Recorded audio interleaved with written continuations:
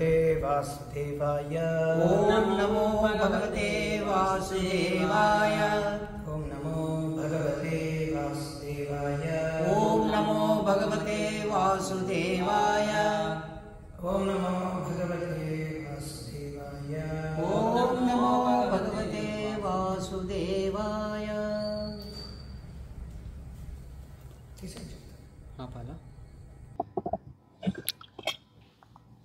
హరే కృష్ణ.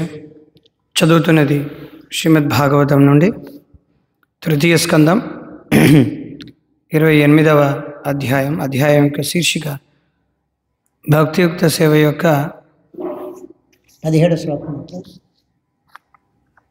28వ అధ్యాయం యొక్క శీర్షిక ఏమిటి? 20 అధ్యాయ భక్తి యోగానుష్ఠానమును గూర్చి కపిలుని ఉపదేశం. భక్తి యోగ అనుష్ఠానం గురించి కపిలుడి యొక్క ఉపదేశములు. శ్లోకం 17. అపీచ దర్శనం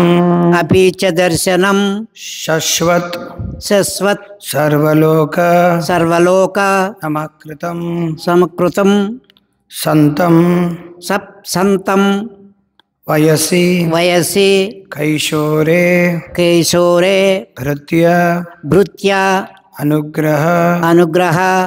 కైశోరే భృత్య అనుగ్రహ కాతరం అపీచ దర్శనం శశ్వత్ సర్వలోక నమస్కృతం సంతం వయసి కైశోరే భృత్యానుగ్రహ కాతరం అపీచ దర్శనం శశ్వత్ సర్వలోక నమస్కృతం సంతం వయసి కైశోరే భృత్యానుగ్రహ కాతరం అపీచ దర్శనం శశ్వత్ సర్వలోక నమస్కృతం సంతం వయసి కైశోరే భృత్యానుగ్రహ కాతరం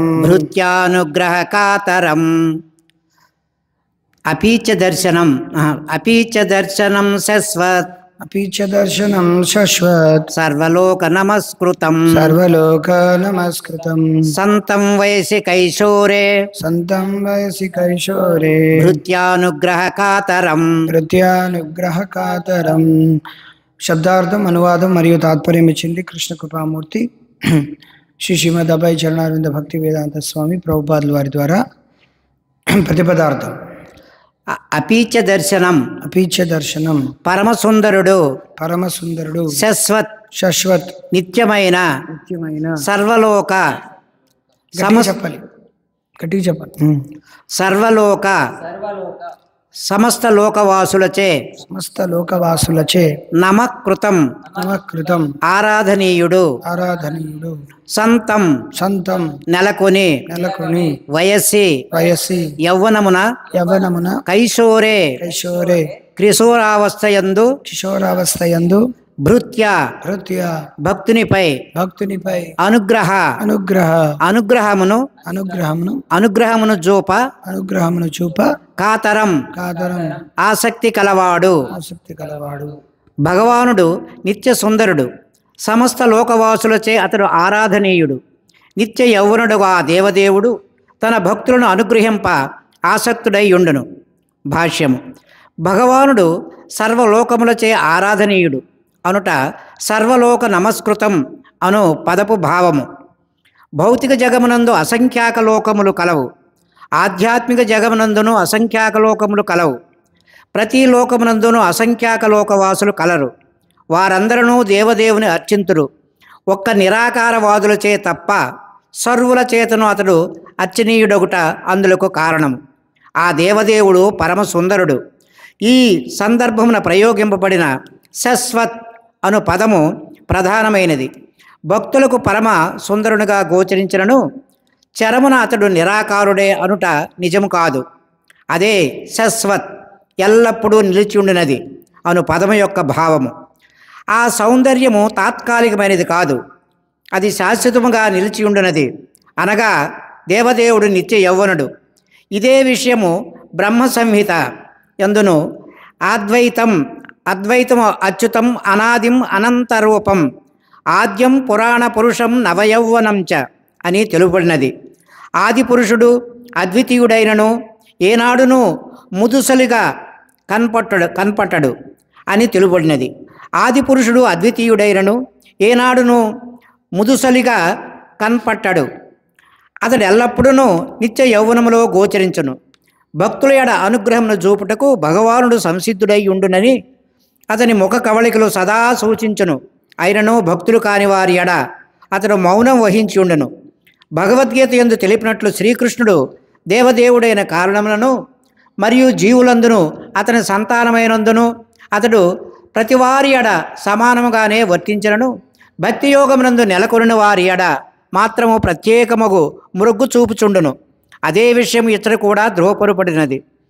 భక్తుల ఎడ కరుణను చూప భగవానుడు ఎల్లప్పుడూ ఆసక్తులయ్యుండునని తెలుపబడినది.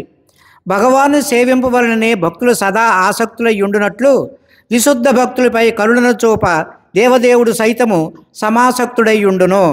హరే కృష్ణ. తెలుగు పుస్తకం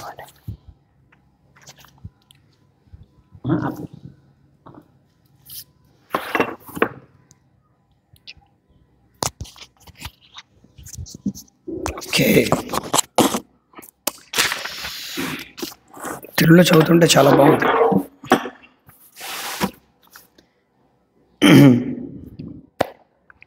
ఓం దత్సత్ ఓం అజ్ఞానతిమిరాంధస్య జ్ఞానాంజనశలాఖయ చక్షురున్మిళితం येन తస్మై శ్రీ గురవే నమః. నమో విష్ణుపాదాయ కృష్ణప్రేష్టాయ భూతలే శ్రీమతే భక్తి వికాస స్వామినిధి నమని. నమో విష్ణుపాదాయ కృష్ణప్రేష్టాయ భూతలే శ్రీమతే భక్తి వేదాంత స్వామినిధి నమని. నమస్తే సారస్వత దేవే గౌరవాన్ని విచారణి నిర్విశేష శూన్యవాది పాశ్చాత్య దేశ. జయ శ్రీ కృష్ణ చైతన్య ప్రభు నిత్యానంద శ్రీ అద్వైత గదాధర శ్రీవాసది గౌర భక్త వృంద. హరే కృష్ణ కృష్ణ కృష్ణ హరే హరే, హరే రామ రామ రామ హరే. ముఖం కరతి వాచాలం పంగులం లంఘాయతే గిరిం భంగం లంఘాయతే గిరిం యత్కృపాతమహం వందే శ్రీ గురుదీనధారణం పరమానంద మాధవం శ్రీ చైతన్యేశ్వరం. గురువే గౌరచంద్రాయ రాధికాయై తదాలే కృష్ణాయ కృష్ణ భక్తాయ తద్భక్తాయ నమో నమః. వాగీశాయస్య వదనే లక్ష్మీర్యస్య వక్షసి యస్యాస్తే హృదయ సంవిత్ తం నరసింహం అహం భజేత్. గురోపి అనుగ్రహీవాయం స్వభక్తానాం కేసరి కేసరి స్వపోతానాం అన్యేషాం ఉగ్ర విక్రమ. కథాంచన స్మృతే యస్మిన్ దుష్కరం సుకరం భవేత్ విస్మృతే విపరీతం స్యాత్ కృష్ణ చైతన్య సమ్యకం. యస్య దేవే పరాభక్తిర్యథా దేవే తథా గురు తస్యైతే కథితా హి అర్థా ప్రకాశంతే మహాత్మనః. నిజగురు హరివాణ్య కృష్ణ చిత్తో విచింతో పరిహృత పృత్రిగేహ దంద సంసార కూప ప్రభు భజన సుఖాబ్దో మజ్జన్ సంస విశ్వో భూజయతి కాసు భక్తి యతీంద్ర. హరే కృష్ణ.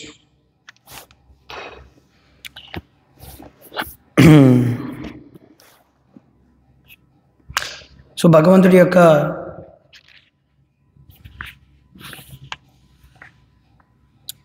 దివ్యమైనటువంటి రూపము గురించి, రూపముతో పాటు ఆయన ధరించినటువంటి వస్త్రములు ఆభరణాలు, దివ్యమైనటువంటి వస్త్రములు దివ్యమైనటువంటి ఆభరణాలు, ఆయన యొక్క సౌందర్యం గురించి, ఆయన యొక్క గుణగణాల గురించి ఇక్కడ ఈ శ్లోకాలన్నింటిలోని మనం కపిల భగవానుడు దేవూతికి చెప్తుండగా వ్యాసదేవుడు భాగవతంలో వివరించి మనం ప్రభుపాదుల వారి యొక్క తాత్పర్యాల ద్వారా మనం అర్థం చేసుకోవడానికి ప్రయత్నిస్తున్నాం. ఇది చాలా మహోన్నతమైనటువంటి చర్చ. ఈ చర్చకి ప్రాథమికంగా కొన్ని విషయాలు బాగా మనకి అర్థం అవ్వాలన్నమాట. అంటే ప్రాథమికమైనటువంటి శిక్షణ లేకుండా, అంటే ఆధ్యాత్మికంగా ప్రాథమికమైనటువంటి శిక్షణ లేకుండా నేరుగా భగవంతుడి యొక్క రూప గుణములు, లీలలు, వాళ్ళ యొక్క భక్తులు, ధామము, ఇవన్నీ కూడా అర్థం చేసుకోవడం ఈ ఆధునిక ప్రపంచంలో, కలియుగం అనేది 5000 క్రితం, 5000 సంవత్సరాల నుంచి ఆరంభించినప్పటికీ రోజు రోజుకి క్షీణిస్తున్నటువంటి సత్యం, శౌచం, క్షమా, దయ ఇవన్నీ క్షీణిస్తున్నాయి. కాబట్టి ప్రజలు వీటన్నిటి గురించి తెలుసుకోవడం అనేది అలా అలా అలా అలా అలా ఒక రోజున ఏంటంటే, ఎలాగైతే పాలవాడు మొదట్లో పాలే ఇచ్చేవాడు అనమాట. దాని తర్వాత 10 లీటర్ల పాలులో 1 లీటర్, అర లీటర్ నీళ్లు వేస్తే ఏమైపోయిందిలే అనుకుని నీళ్లు వేశాడు అనమాట. కొన్ని 10 సంవత్సరాలు పోయిన తర్వాత వాడి కొడుకు ఏం చేశాడంటే 2 లీటర్ల పాలు నీళ్లు వేశాడు అనమాట 10 లీటర్ల పాలు. ఈ వాడి మనవడు ఏం చేశాడంటే, ఇంకా ఆదాయం పెరుగుతోంది కదా, పాలు కావాలి కదా అని చెప్పి 5 లీటర్లు వేశాడు. అంటే 10 లీటర్ల పాలుకి 5 లీటర్ల నీళ్లు వేసాడు అనమాట. ఇంకో వేసిన తర్వాత ఈ ముని మనవడు ఏం చేశాడంటే, ఆధునిక ప్రపంచంలో పుట్టినవాడు కాబట్టి 1 లీటర్ పాలలో 9 లీటర్లు నీళ్లు పోసాడు అనమాట. ఇంకా ఆధునికమైన సమాజంలో ఏంటంటే పాలు అర ప్యాకెట్ నీళ్ళు పాలే అనమాట. అర ప్యాకెట్ పాలు అంటే ప్యాకెట్ పాలు అనమాట, అంటే మామూలుగా కాదు. ప్యాకెట్ పాలల్లో, ఆ ప్యాకెట్ పాలల్లో కొన్ని రసాయనాలు వేస్తే 1/2 లీటర్ పాలు ద్వారా మీకు 500 లీటర్లు ఈజీగా ఏంటంటే పాలు తయారు చేయవచ్చు అనమాట. ఆ పాలతో పన్నీర్ వస్తుంది. ఆ పాలు కూడా ఇదే రకమైనటువంటి సుగంధభరితంగా ఉంటుంది. అదే సేమ్, కాకపోతే అది పాలే కాదనమాట. ఇంకా ముందు పోతే ఈ 1/2 లీటర్ పాలు కూడా కలపరు అనమాట. ఏమవుతుందంటే మొత్తం అంతా కెమికల్ అనమాట, మొత్తం అంతా కూడా. సో అటువంటి పాలను తాగి అటువంటి మెదళ్ళు, అటువంటి కళ్ళు, అటువంటి నాలిక, అటువంటి జననేంద్రియాలు, అటువంటి మనస్సు, అటువంటి పొట్ట, అటువంటి ఎసోఫిగస్, అటువంటి చేతులు, అటువంటి బుర్ర, అటువంటి బుద్ధి కలిగినటువంటి అత్యాధునికమైనటువంటి, ఎంతో పురోగతి చెందినటువంటి మన ఐఐటి, ఎన్ఐటి, బిఐటి, పోఐటిలో చదువుతున్నటువంటి అత్యాధునికమైనటువంటి యువతి యువకులకు ఇలాంటివన్నీ కూడా అతి క్లిష్టమైనటువంటివి అనమాట. ఎందుకంటే ఇక్కడ మొదటిదే చెప్పారనమాట, ఎటర్నలీ వెరీ బ్యూటిఫుల్, అపీచ్య దర్శనం శాశ్వత్. అంటే అపీచ్య దర్శనం అంటే చూడ్డానికి ఎంతో సుందరంగా ఉండేటువంటిది. భగవానుడు నిత్య సుందరుడు. నిత్యం అంటేనే అర్థం కాదు వాళ్ళకి. నిత్య అంటే నిత్యమేనని గుర్తొస్తుంది అన్నమాట.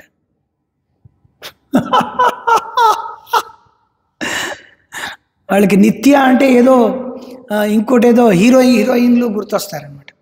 గీత చదివారా అంటే వాడు కాలేజీలో చదువుతున్నటువంటి గీత గుర్తొస్తున్నాడు వాడికి మనశ్శాంతి అంటే వాడి మనసులో ఉన్న శాంతికి ప్రపోజ్ చేయడమే మనశ్శాంతి అనమాట. మనసులో ఉండే శాంతికి ప్రపోజ్ చేయడమే వాడి మనశ్శాంతి అనమాట. వాళ్ళకి ఏమి చెప్తాం, భగవానుడు నిత్య సుందరుడు. సో సుందరుడు అంటే ఏమిటంటే ఇది నిత్యమైనటువంటి శాశ్వతమైనటువంటి గుణం. అందరం సౌందర్యం అనేది భగవంతుడి దగ్గరికి వచ్చింది. కానీ కలియుగ ప్రజలు చాలా నిష్ణాతులు అన్నమాట. వాళ్ళకి సౌందర్యం అనేది ఎక్కడి నుంచి వచ్చిందో తెలియదు కదా, సరికదా. సౌందర్యం అనేది వాళ్ళల్లోనే ఉందనుకుంటుంటాడు అనమాట. వాళ్ళ పేర్లు సుందరి అని ఉంటుందన్నమాట. సుందరి అని పాటలు రాసుకుంటారన్నమాట. కాబట్టి ఈ పాట రాసే లోపల ఆవిడ 2-3 సార్లు దాన్ని ఏమంటారు, కాదు బాత్రూమ్ కంటే ఏమిటంటారు దాన్ని, మరుగుదొడ్లోకి వెళ్ళి వస్తుందన్నమాట. ఆవిడ 10 సార్లు వెళ్ళొస్తుందన్నమాట. ఆవిడ కోసమని పాటలు రాసేవాడు ఈవిడ మరుగుదొడ్లోకి 3 సార్లు వెళ్ళొచ్చేలాగా ఈ సౌందర్యం అనేది క్షీణించిందనమాట. అయిపోయింది సౌందర్యం. వీళ్ళ సౌందర్యం ఏమిటంటే ఉదయం తిని మరుసటి రోజు దాన్ని విసర్జించే మధ్యలో ఉండేటువంటిదే సౌందర్యం అన్నమాట. అది కలియుగంలో ఉండేట సౌందర్యం ఎంతకాలం రా నిలుస్తుందంటే తిన్నామా విసర్జించామా మధ్యలో ఉండేటువంటి కాల వ్యవధియే సౌందర్యానికి పరాకాష్ఠ అన్నమాట. అంటే ఇక్కడ మనం చాలా అర్థం చేసుకోవాలి. ఇక్కడ చెప్తున్నటువంటి ఒక్కొక్క విషయం ఏమిటంటే భగవానుడి యొక్క ఐశ్వర్యానికి ప్రతిరూపం అన్నమాట. యద్యద్ విభూతి మత్సత్వం, యద్యద్ విభూతి మత్సత్వం శ్రీమద్ ఊర్జితమేవవా తత్తత్ ఇవావగచ్చంతి మమ తేజోంస సంభవం. నేనేమిటి చెప్తాను నా యొక్క వైభవాల గురించి అని చెప్పి అర్జునుడు అడుగుతాడు. ఇంకా చెప్పండి మీ యొక్క వైభవాలు. ఏమిటి చెప్తాను? యద్యద్ విభూతి మత్సత్వం, శ్రీమద్ ఎంతో అందమైనటువంటిది. శ్రీమద్ భాగవతం, శ్రీమద్ అంటే అర్థం ఏమిటి? శ్రీమద్ అంటే అందమైనటువంటిది, సౌందర్యమైన భాగవతము అని అర్థం అన్నమాట. మనం శ్రీమద్ భాగవతం రాసాం.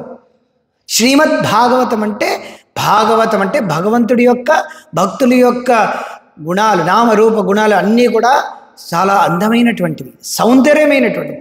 సౌందర్యం ఎక్కడుంటుందో అక్కడ ఏమిటి ఉంటుంది? ఆకర్షణ అనేది ఉంటుందన్నమాట. ఆ ఆకర్షణ ఏమిటి చేస్తుంది? మనల్ని మంత్రముగ్ధుల్ని చేస్తుంది, అన్నీ మర్చిపోయేటట్టు చేస్తుంది అన్నమాట. ఈ భౌతిక ప్రపంచంలోనే అంతే, ఆధ్యాత్మికమైన అంతే. కాకపోతే ఈ భౌతిక ప్రపంచంలో ఉన్నదంతా కూడా భగవంతుడి దగ్గర నుంచి, భగవంతుడి యొక్క లోకం దగ్గర నుంచి వచ్చినటువంటి అందమే తప్ప ఇక్కడంతా కూడా ఈ వికృతమైనటువంటి అందం అన్నమాట. వికృతమైనటువంటి అందం మనం కాలువ అంటున్నాం అన్నమాట. కాలువ, కాలువ అంటే ఏమిటి? అది మురికి కాలువ అవ్వచ్చు, పంట కాలువైనా అవ్వచ్చు. కాలువ అనే పదం అన్నిటికీ వాడతాం. మంచినీటి కాలువ, కాలువ అనే పదం ఒకటే కదా. మురికి కాలువ కూడా కాలువే. కాకపోతే మురికి కాలువ వెళ్ళి తాగం మనం. కాకపోతే గోదావరి దగ్గరికి వెళితే ఇలా చెప్పి తీర్థాన్ని స్వీకరిస్తాం. అఫ్కోర్స్ ఈ పాస్టర్లు వీళ్ళందరూ గోదావరి నది దగ్గరికి వెళ్ళి బుడుంగు బుడుంగు అని 3 సార్లు ఇచ్చి నువ్వు బ్యాప్టైజ్ అయిపోయావు అని చెప్పచ్చు, అది వేరే విషయం. గోదావరి దగ్గరికి వెళ్ళి నువ్వు బ్యాప్టైజ్ అయిపోయాడు, వాడి పుణ్యం వచ్చింది, వాడికి బ్యాప్టైజ్ అవ్వలేదు వాడు. సో చెప్పచ్చు ఏమిటి? కాలువ అనే పదం ఒకటేనమాట. కాకపోతే ఏ కాలువ. సో అదేవిధంగా ఏమిటంటే సౌందర్యం, ఏమి సౌందర్యం? కానీ ఈ భౌతిక ప్రపంచంలో ఉన్న సౌందర్యం అంతా కూడా చూపు శృంగారం అన్నమాట. చూడడం వరకే పరిమితం. ఆ చూడ్డానికి కూడా ఎంతసేపు అని అలాగా ఇప్పుడే కొత్తగా L&T చైర్మన్ చెప్తున్నారనమాట. మీరు 90 గంటలు పని చేయాలి, ఆదివారం నాడు కూడా మీరు పని చేయలేకపోవడం నా యొక్క దురదృష్టం. నేను మీ చేత పని చేయించలేకపోతున్నాను. ఈ ఎంతకాలం అని మీ ఆవిడ ముఖాన్ని మీరు, మీ ఆవిడ ముఖాన్ని మీరు ఆవిడ ముఖాన్ని ఎలా ఎంతకాలం అని చూస్తూ కూర్చుంటారు అని అన్నాడు అనమాట ప్రబుద్ధుడు. ఈ ప్రబుద్ధుడు ఏమన్నట్టున్నాడంటే మీరు 90 గంటలు పని చేయాలని చెప్తున్నాడు అనమాట. సో చెప్పొచ్చే మాట ఏమంటే ఈ సౌందర్యం అనేది అంతసేపు అనమాట. అంటే ఎవరో వెక్కిరిస్తారనమాట. మీ సౌందర్యం ఎంతకాలాన్ని చూస్తారండి? ఇది వెక్కిరింతకి తాత్కాలికమైనది. ఇంకోటి ఏమిటి? ఇది ఈ సౌందర్యంలో ఉండేటువంటి సమస్యలు. ఇంకోటి ఏమిటి? స్కిన్ డీప్ అంటే చర్మం పీకేయండి, చర్మం లాగేయండి, చర్మం ఉడదీయండి. ఇన్ని పదాలు ఉన్నాయి తెలుగులోనే. చర్మం గీసేయండి, చర్మం తీసేయండి, చర్మాన్ని పక్కన పెట్టండి, అంతే. విటేలియో ఏమిటది? ఓ రోగం ఉందన్నమాట. ఇదేనేదో అంటారు, ఆ చర్మ బొల్లి వ్యాధి అంటారు. బొల్లి అంటే ఏమిటంటే ఎక్కడ పడితే అక్కడ ఇలాగ తెల్లటి మచ్చలు. కొంతమందికి అయితే పూర్తి శరీరం అంతా మచ్చలే ఉంటాయి అన్నమాట. ఈ రోజుల్లో ఏమనకూడదు అనమాట, బొల్లి అనకూడదు. Beauty lies in the eyes of the beholder. చూసే విధంగా ఉంటుందండి. సో భగవంతుడి యొక్క ఐశ్వర్యాలు, 6 ఐశ్వర్యాల్లో సౌందర్యం అనేది నిత్య సౌందర్యం భగవంతుడి యొక్క 6 ఐశ్వర్యాల్లో నిత్య సౌందర్యం ఒక ఐశ్వర్యం అన్నమాట. ఎందుకు భగవంతుడు? ఎందుకంటే ఈ భగవంతుడి దగ్గర నుంచే ఈ భౌతిక ప్రపంచానికి సౌందర్యం అనేది వచ్చింది. ఏ భౌతిక ప్రపంచంలో ఎక్కడైనా మనం అందాన్ని చూస్తున్నామంటే దాని అర్థం ఏంటంటే అది భగవంతుడి దగ్గర నుంచి వచ్చింది. దాని యొక్క సోర్స్ ఏమిటి? దాని యొక్క ఆరంభం ఎక్కడి నుంచి వచ్చింది? భగవంతుడి దగ్గర నుంచి. భగవంతుడిలో సౌందర్యం లేకపోతే ఇక్కడ సౌందర్యం మనం చూడలేం అనమాట. మనం సౌందర్యం అనేది ఉన్నప్పటికీ మనం కళ్ళ ద్వారా మనం చూడలేం, ఎందుకంటే భగవంతుడు చూస్తున్నాడు కాబట్టి. ఎప్పుడైతే సౌందర్యం ఉంటుందో కళ్ళు అనేది ఆవిర్భవిస్తాయి అన్నమాట. భగవంతుడు చూడడం, ఆ సౌందర్యం అనేది పుట్టడం, ఈ రెండు ఒక్కసారి జరిగింది. కానీ మనం ఏమనుకుంటున్నాం? నేను చూస్తున్నాను కాబట్టి అది అందంగా ఉందనుకుంటున్నాం. అది కాదు నాన్న, కొంచెం కళ్ళు తెరువు. గుడ్ల గూబల్లాంటి కళ్ళు అనమాట. మనం భగవంతుడి యొక్క సౌందర్యం తప్ప అంతా చూడటానికి మనం చాలా బాగా ప్రయత్నిస్తుంటాం. ఎలాగైతే గుడ్లగూబ సూర్యుడిని చూడదనమాట. సూర్యుడు ఉదయించేటప్పుడు అది పడుకుంటూ ఉంటుంది, సూర్యుడు అస్తమించినప్పుడు అది మెలకువగా ఉంటుంది. ఇలా కళ్ళు తిరిగి గుడ్లగూబల్లా చూస్తున్నావేమిట్రా అంటారు అనమాట. అందుకే గుడ్లగూబ చూడడం అంటే ఇక్కడ రెప్పలు ఉండవు అన్నమాట దానికి. ఇలాగే ఏమిటి చూస్తుంది? అంతా చీకటి. సో ప్రజలందరూ రకంగా ఏంటంటే గుడ్లగూబల్లాగా ఒకరికొకళ్ళు అందాన్ని వీక్షిస్తున్నారు. ఏమిటి? చీకట్లో. నిజమైన అందం ఎప్పుడు వస్తుంది? సూర్యుడు ఉదయించినప్పుడు అంతా తెలుస్తుంది స్పష్టంగా. చిమ్మ చీకటి పడిపోయిన తర్వాత ఏమిటి తెలుస్తుంది? మనం ఏమిటి చూస్తున్నామంటే ఫ్లాష్ లైట్లోని మేకప్ల ద్వారా ఒక 15 కేజీల లేయర్, 15 కేజీలు అనమాట. కళ్ళ ముద్దర, తల మీద డిప్ప, కళ్ళ మీద చొప్పలు, చెవులకు జోరీగలు ఇలా పెట్టుకొని అది అందమని మనం అనుకుంటున్నాం అన్నమాట. నడుముకు వడ్డాణం కడితే నడువే కనిపించడం లేదు, పీకకి హారం పెడితే కానీ పీకే లేదని తెలియదు. పూర్వం రోజుల్లో అనుకునేవారు అనమాట. ఎవరైనా ఆడవాళ్ళకి కానీ మగవాళ్ళకి కానీ ఇలా చారల్లా ఉంటే వాళ్ళు చాలా అదృష్టవంతులు, వాళ్ళు ఆభరణాలు వేసుకుంటారని.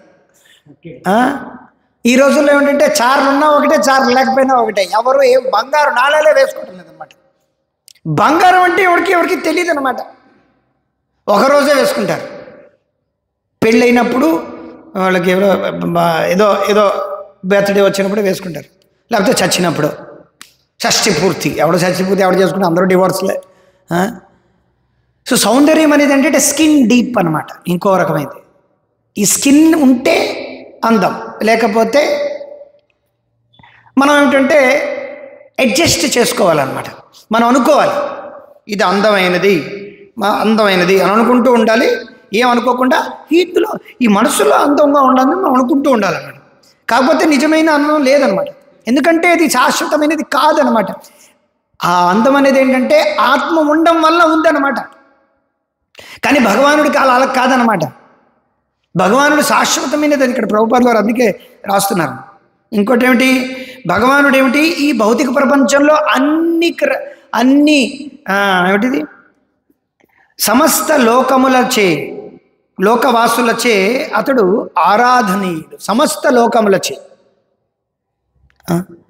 ఎవరైతే ఇబ్రాహామిక్ రిలీజన్లో ఉన్నారో అంటే వాళ్ళు ఏమనుకుంటున్నారంటే ప్రపంచవ్యాప్తంగా మా దేవుడు అందరికీ మొత్తం అంతా ఉన్నాడు. ఏ ప్రపంచం? గుడ్డిలో మెల్ల బెటరు, మెల్ల కన్నా కళ్ళు లేనివాడు వాడు అంటే something is better than nothing and nothing is better than nonsense అన్నట్టు ఉందన్నమాట వాళ్ళు చెప్పేది. అంటే something is better than nothing అంటే ఏమీ లేనివాడికి ఇప్పుడు భార్యే లేనివాడికి గుడ్డివాడి భార్యే అదే 10,000 అనమాట. గుడ్డి భార్య కన్నా మెల్లగా ఉండేటువంటి కొడుకు కానీ, లేకపోతే కొడుకు కానీ, భార్య కానీ, భర్త కానీ ఏవీ లేనటువంటి వాడికి ఎవడో ఒకడు గుడ్డైనా, మెల్లైనా, వంకరైనా, ఇటైనా సరే వాడే గొప్పవాడు అన్నమాట. అలాగా వాళ్ళకి ఎవడో ఒకడు అంటే ఏదో రకంగా వాళ్ళకి పవిత్రం చెయ్యాలని చెప్పి ఇచ్చారు. తీసుకో నాయనా, నువ్వు యేసుని తీసుకో, నువ్వు అల్లాని తీసుకో అని చెప్పి ఇచ్చారనమాట వాళ్ళకి. తీసుకో బాబు అని. కానీ ఇక్కడ మనం ఎప్పుడైతే చూస్తామో ఎక్కడ మనం పూజనీయం లోకవాసులు, ఆ బ్రహ్మ భువనాల్లోక మొదలండి యం బ్రహ్మ వరుణేంద్ర రుద్ర మరుత శృణ్వంతి దివ్యైస్తవై. అంటే ఏమిటి? ఎక్కడ మొత్తం 14 లోకాల్లోని పూజనీయమైనటువంటిది అనమాట భగవంతుడు. ఈ గోలోక సంచిత్రం అనేది ఉంది. దాన్ని బట్టి ప్రూవ్ ఏమిటంటే భగవంతుడు ఎక్కడ లేడని, ఎక్కడ పూజింపబడటం లేదని చెప్పడానికే ఆ గోలోక సంచిత్రాన్ని తయారు చేశారన్నమాట. ఒక గ్లిమ్స్, ఒక కేంద్ర బిందువు, ఒక సంకేతం ఇవ్వడానికి అన్నమాట. ఏ లోకంలో పూజనీయటం లేదు, మొత్తం అన్నీ కూడా ప్రతి చోట. స్వర్గలోకంలో వామనుడిగా పూజింపబడుతున్నాడు, మహర్లోకంలో యజ్ఞపురుషుడిగా పూజింపబడుతున్నాడు, తపోలోకంలో నరనారాయణ ఋషులుగా పూజింపబడుతున్నాడు, బ్రహ్మలోకంలో సాక్షాత్ నారాయణుడిగా పూజింపబడుతున్నాడు, గర్భోదక్ష విష్ణుని పూజింపబడుతున్నాడు. గర్భోదక్ష విష్ణునే బ్రహ్మదేవుడు పూజిస్తున్నాడు. అక్కడ అతల వితల సుతల మహాతల రసాతల పాతాల అన్ని లోకాల్లోని భూలోకంలో జగన్నాథుడుగా పూజింపబడుతున్నాడు, చైతన్య మహాప్రభుగా పూజింపబడుతున్నాడు. ఈ భూలోకంలోనే భూస్వర్గాలు ఎన్నో ఉన్నాయి. లక్ష ద్వీపము, ఆ ద్వీపం, ఎన్నో 7 ద్వీపాలు, ఆ ద్వీపాలు అన్నిట్లోని పూజింపబడుతున్నాడు. మీరు జంబో ద్వీపంలో కూడా పూజింపబడుతున్నాడు. అన్ని ద్వీపాల్లోనూ, ఇంకా అన్ని లోకాల్లోని భగవంతుడు పూజింపబడుతున్నాడు. ఇవే కాకుండా భగవంతుడు ఏమిటంటే ఈ బ్రహ్మాండానికి ఆవరణాలు 8 ఉన్నాయి. ఆ 8 ఆవరణాల్లోని భగవంతుడు పూజింపబడుతున్నాడు. చూడండి మరి. ఈవెన్ ప్రధానం ఎక్కడైతే మహత్తత్వం ఉందో ఆ మహత్తత్వంలో కూడా భగవంతుడు మోహిని రూపంలో పూజింపబడుతున్నాడు. ప్రధానం అంటే కనిపించినటువంటి భౌతిక తత్వాలు అక్కడ కూడా భగవంతుడు ఏమిటంటే మోహిని అవతారంలో పూజింపబడుతున్నాడు. సో ఎక్కడైనా సరే భగవంతుడు పూజింపబడుతున్నాడు అన్నమాట. కళ్ళు తెరిచి చూడండి. సో భగవంతుడు ఎక్కడ పడితే అక్కడ పూజింపబడు. యం బ్రహ్మ వరుణేంద్ర రుద్ర మరుతస్, దేవతలందరూ కూడా 30 కోట్లు వెంకటేశ్వర సుప్రభాతంలో చెప్పబడింది అనమాట. ఏమిటని? ఈ భగవానుడి కోసం వెయిట్ చేస్తున్నారు. ఎప్పుడు భగవానుడు లేస్తాడు అని ఆ యోగ నిద్ర నుంచి వాళ్ళందరూ పాడుతున్నారు అన్నమాట. ఉత్తిష్టోత్తిష్ట గోవింద ఉత్తిష్ట గరుడధ్వజ. వీడేమనుకున్నాడంటే నేను పొద్దున్న లేచిన తర్వాత లేస్తాను, భగవంతుడు కూడా ఇలాగే లేస్తాడేమో అనుకుంటున్నాడు అన్నమాట. వీడు నేను వెళ్తే వెంటనే నాకు టాయిలెట్కి వెళ్ళాలి, ఎర్రకపోతే నాకు దిగితే కానీ నేను తినలేను, భగవంతుడు కూడా ఇలాగే అనుకుంటున్నాడు అనమాట. కాకపోతే భగవంతుడు అలా కాదనమాట. ఇక్కడ అందరూ భగవంతుడిని చూడడానికి వస్తారు, కానీ వాళ్ళ ప్రకారంగా భగవంతుడు ఉండేటట్టుగా వాళ్ళు అనుకుంటున్నాడు. కానీ ఈయన యొక్క ఎంతసేపు నువ్వు ఉంటావు, ఎంతసేపు నువ్వు, నీ జన్మ ఎంత, నువ్వెంత, నీ బతుకెంత? తింటే నువ్వు అరగదు, అరిగితే తినలేవు, కూర్చుంటే లేవతే పడుకోలేవు. అలాంటిది నువ్వు భగవంతుడు ఎందుకు ఇలా చేస్తాడు అలా చేస్తాడని మనం వెక్కిరిస్తాం. కానీ వెంకటేశ్వర సుప్రభాతంలో చెప్పబడింది అనమాట. విష్ణువు భగవంతుడు నారాయణుడు ఆయన లేస్తుంటే 33 కోట్ల దేవతలు ఏమిటంటే లైన్ కట్టి క్యూ కొట్టి ఆయన కోసం వెయిట్ చేస్తున్నారనమాట. సో యం బ్రహ్మ వరుణేంద్ర రుద్ర మరుత శృణ్వంతి దివ్యైస్తవై. వాళ్ళు ఏమి ఉట్టినే కూర్చొని ఏమిటి చేయాలి ఏమిటి తెలియడం కాదు, దివ్యైస్తవై వాళ్ళందరూ కూడా భగవానుడి గురించి కీర్తిస్తున్నారు. అన్ని లోకాల్లో కూడా, ప్రతి లోకంలో ఏంటంటే భగవంతుడికి ఏంటంటే ఏమైనా కీర్తిస్తున్నారు అనమాట. వేదాలు పురాణాల నుంచి ప్రార్థనలు అన్ని అంటే అందుకే భగవంతుడిని ఉత్తమ శ్లోకము అంటారు. భగవంతుడికి ఎన్నెన్నో కోట్లాది పేర్లు అన్నమాట. ఈ రకంగా ఏం పేర్లు, మీకు ఏ పేర్లు లేవన్నమాట. ఇప్పుడు ఉన్నటువంటి ప్రజలకి ఏంటంటే వాళ్ళు ముద్దు పేర్లు పెట్టుకుంటారనమాట. మహా అయితే వాడి ఫేవరెట్ హీరోయినో హీరోవో వాళ్ళకు 1, 2, 3 పేర్లు ఉంటాయి మహా అయితే. భగవంతుడు కోట్లాది పేర్లు అనమాట. ఆయన లీలల ప్రకారంగా ఒక పేర్లు, ఆయన చేసినటువంటి కార్యాల ప్రకారంగా ఒక పేరు, ఆయన యొక్క భగవంతుడు ఎలాగైతే దర్శనమిస్తున్నారో ఆ ప్రకారంగా పేర్లు. ఆ ప్రకారంగా పేర్లు ఉన్నటువంటి వాటి ఈ భౌతిక ప్రపంచంలో అందమైనటువంటి వాటితో పోల్చుతూ ఎన్నో పేర్లు అనమాట. పద్మనాభుడు, పద్మనయనుడు అని చెప్పి ఇంకా ఎన్నెన్నో పేర్లు అనమాట. లీల ప్రకారంగా ఎన్నెన్నో పేర్లు. నందనందనుడు, బృందావన చంద్రుడు అని చెప్పి భగవంతుడికి ఎన్నెన్నో పేర్లు అనమాట. కోటానుకోట్లు పేర్లు అనమాట. సో వాళ్ళందరూ కూడా దివ్యైస్తవై, దివ్యమైనటువంటి ప్రార్థనల ద్వారా భగవంతుడిని ఆరాధిస్తున్నారు. ఎం బ్రహ్మ వరుణేంద్ర రుద్ర మరుత శృణ్వంతి దివ్యైస్తవై. తర్వాత ఏమిటి? ఎలాగ వాళ్ళు ఆరాధిస్తున్నారు భగవంతుడిని? వేదై సాంగ పదక్రమోపనిషదై, వేదాల ద్వారా క్రమ పద్ధతిలో సామవేదం ద్వారా వాళ్ళు ఏంటంటే భగవంతుడిని కీర్తిస్తారు. వేదై సాంగ పదక్రమోపనిషదై గాయంతి యం సామగా, సామవేదంలో ప్రకారంగా వాళ్ళు గాయంతి, వాళ్ళు పాడుతున్నారన్నమాట. పాటలు పాడడం అంటే మాకేటి తెలవదు, సినిమా పాటలను అలాగా ట్యూన్ మార్చకుండా మాకు ఏదో పదాలు పెట్టిస్తే అది కాదనమాట. సామవేదంలో ఉండేది అది భగవంతుడే ఇచ్చాడు, మనకి తెలియదు అనమాట. ఎలా భగవంతుడిని మనం ఆరాధించాలో భగవంతుడే సాక్షాత్తుగా మనకి ఇచ్చాడు అనమాట. ఎలాగ మీరు నన్ను ఎలా పూజించాలనేది, ఎలాగ ప్రార్థన చేయాలనేది భగవంతుడే చెప్తున్నాడు అనమాట. చూసుకుని మనకి ఏంటి తెలవదు. మనం పుట్టాం నగ్నంగా, పెరుగుతున్నాం నగ్నంగా, చనిపోతాం నగ్నంగా, మనకి ఏమీ తెలియదు అనమాట. అందుకే భగవంతుడు ఏంటి సామవేదాన్ని వేదాలకు ఇచ్చి ఎలాగ మనం ఆయన్ని ప్రార్థించాలి, ఎలాగ ఆయన్ని పూజించాలి అనేది కూడా విధి విధానం కూడా ఆయనే ఇచ్చాడు అనమాట. చూసుకోండి మరి ఎందుకు ఇవన్నీ ఇవ్వాలి? భగవంతుడే ఇస్తున్నాడు అన్నమాట. మనమేమి ఇవన్నీ ఏమి తయారు చేయడం లేదు, ఇక్కడ మనమేమీ చేయలేదన్నమాట. అహమేవాసమేవాగ్రే నాణ్యత్ అసత్పరం అంటే నేను ఒక్కడనే ఉండేవాడు, ఎవ్వరు ఏది లేదనమాట. ఈ భౌతిక ప్రపంచంలో ఏం లేదు. ఆధ్యాత్మిక ప్రపంచం శాశ్వతమైనది, అది ఎవరూ సృష్టించలేదన్నమాట. బైబిల్లో కూడా ఉందన్నమాట. హెవెన్ అనేది భగవంతుడు సృష్టించాడు అని, ఆ పరలోకం అనేది భగవంతుడు సృష్టించాడు అని అక్కడ ఉందన్నమాట. కానీ ఆ హెవెన్ గురించి మేము ఇక్కడ మాట్లాడటం లేదు, దయచేసి అందరూ అర్థం చేసుకోవాలి. లోకాల గురించి మాట్లాడటం లేదు, వైకుంఠ లోకాల గురించి. ఇది కుంఠము, నల్లకుంఠము. హైదరాబాద్లో ఒక ఏరియా ఉందన్నమాట, నల్లకుంఠ, దోమలగూడ. ఈ భౌతిక ప్రపంచం నల్లకుంఠ, దోమలగూడ అన్నమాట. ఆధ్యాత్మిక ప్రపంచం వైకుంఠ లోకం, గోలోకం. అక్కడ భగవంతుడు అక్కడి నుంచి ఇక్కడికి వస్తాడనమాట అవతరించినప్పుడు. మనమేటనుకుంటున్నాం, వీళ్ళేదో తయారు చేసేసారు బొమ్మల్లాగా, వీళ్ళేదో రాయితో తయారు చేసేసారు, వీళ్ళేదో గీసేసారు, వీళ్ళేదో పూజ చేసుకుంటారు. పిచ్చోళ్ళు ఇసుకున్న వాళ్ళు ఏదో పూజ చేసుకుంటారు. వీళ్ళు పిచ్చి, ఆవిడ పిచ్చి వాడికి ఆనందం ఏటిలేండి. వీళ్ళు పిచ్చి, హరే కృష్ణ ఓ పిచ్చి, అదో పిచ్చి, భగవద్గీత చెప్పుకోవడం వాళ్ళకు పిచ్చి అని అనుకుంటున్నారనమాట. అది కాదు. మేమెందుకు హరే కృష్ణ అంటే కృష్ణుడే దేవాది దేవుడు కాబట్టి హరే కృష్ణ, మేము హరే కృష్ణ కాబట్టి హరే కృష్ణ వాళ్ళు చెప్తున్నారు కృష్ణుడు దేవాది దేవుడు. ఇది రివర్స్, అది కాదనమాట. హరే కృష్ణ వాళ్ళు చెప్తున్నాడు దేవాది దేవుడు శ్రీకృష్ణుడు కాదు, కృష్ణుడు దేవాది దేవుడు కాబట్టి మేము హరే కృష్ణ అని చెప్తున్నాం అనమాట.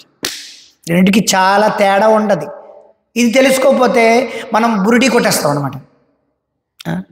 మనం ఎక్కడ వేసిన గొంగళ అక్కడే చెప్పొట్టుకునే ఎప్పుడు జీవితాంతం అలాగే ఉంటాం అనమాట. భగవంతుడికి ఏంటి లేదు, భగవంతుడికి ఏమైపోలేదు. మనం ఏమిటంటే భగవంతుడి గురించి తెలుసుకోవాల్సిన బాధ్యత మనకి. సర్వలోక మహేశ్వరం అనగా సర్వలోక నమస్కృతం. కృష్ణుడు భగవద్గీతలో ఏం చెప్పాడు? సర్వలోక మహేశ్వరం అన్నాడు.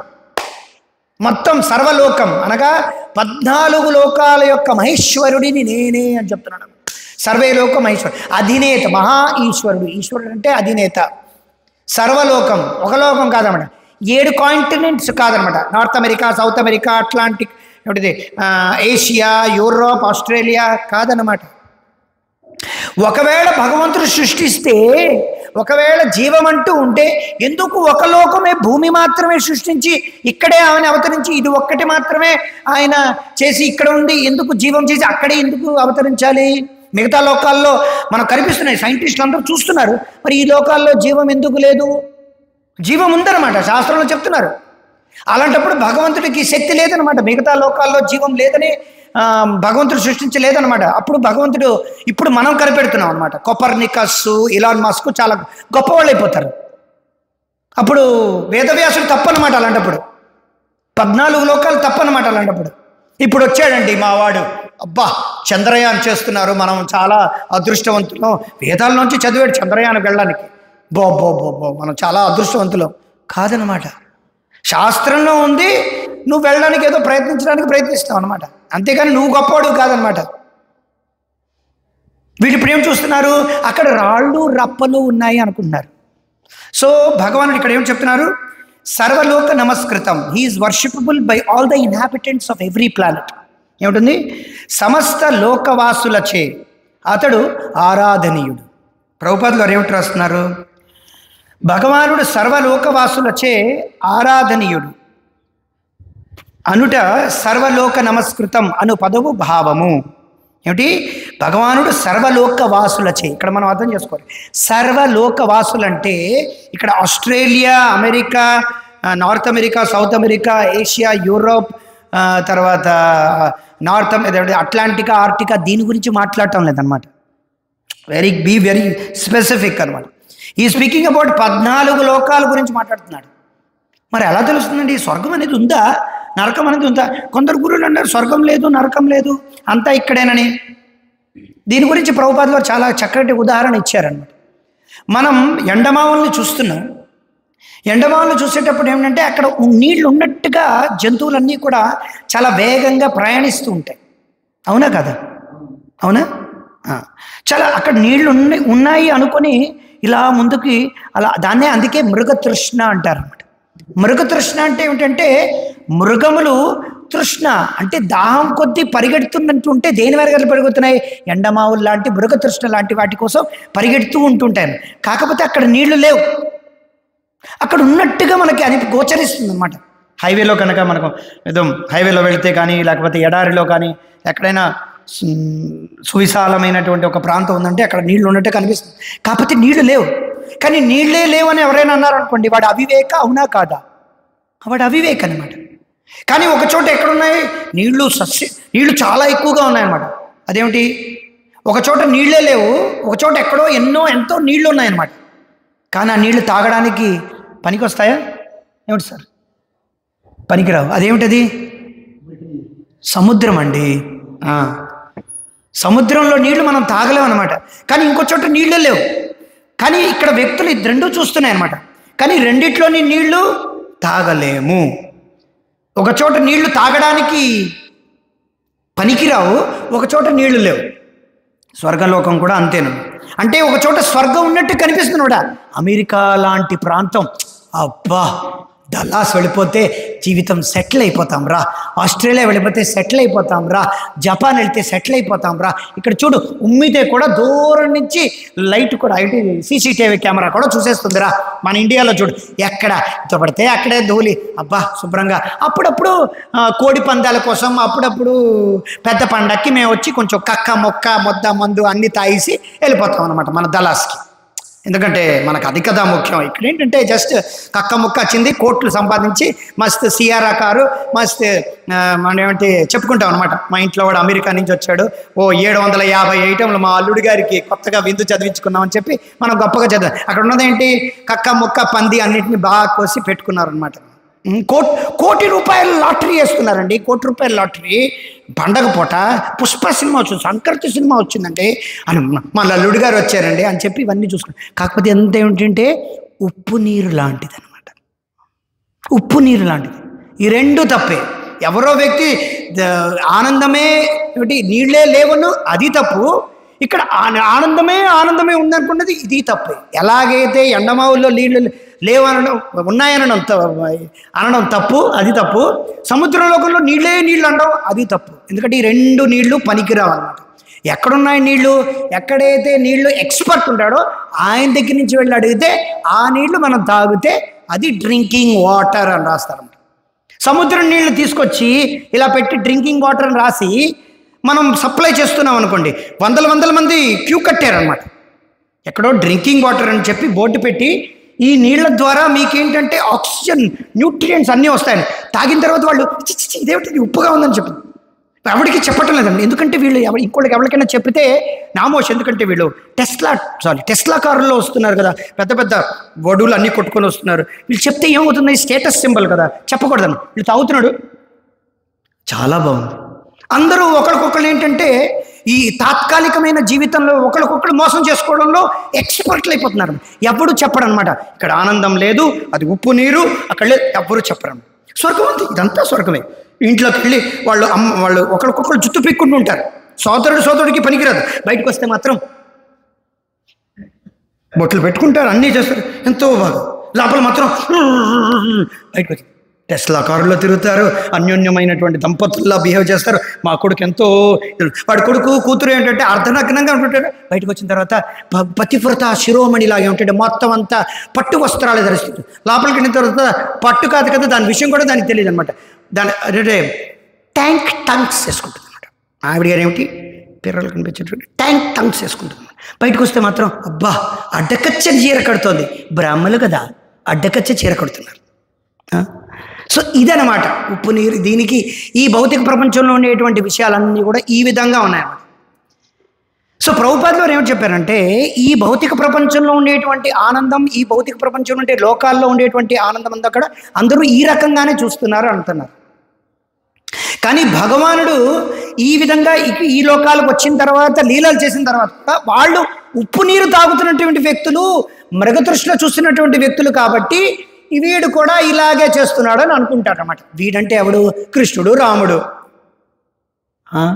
అందుకని పెద్ద పెద్ద పాస్టర్లు, పెద్ద పెద్ద గురువులు వాళ్ళందరూ ఏమంటారు, రాముడు మనిషి అండి అని చెప్పి వాడు చెప్తుంటే ఈ గరికిపాటి పొరికిపాటి ఈ పొరికి వెధవాళ్ళందరూ కూడా ఏమిటి రాముడు మనిషి అంటుంటే వీడు పాస్టర్లందరూ దీనికి వీడియోలన్నీ తీసి పెడుతుంటే మన వాళ్ళందరూ హిందువులందరూ అవునండి రాముడు ఎక్కడ దేవుడు అండి, మనకు దేవుడు అల్లు అర్జున్ అండి, మనకు దేవుడు బాలకృష్ణ అండి, మనకు దేవుడు పవన్ కళ్యాణ్ అండి, మనకు దేవుడు వీళ్ళు అని చెప్పి తెల్లవకాలు వేసుకొని వెర్రి పప్పల్లా చూస్తూ ఉంటారనమాట.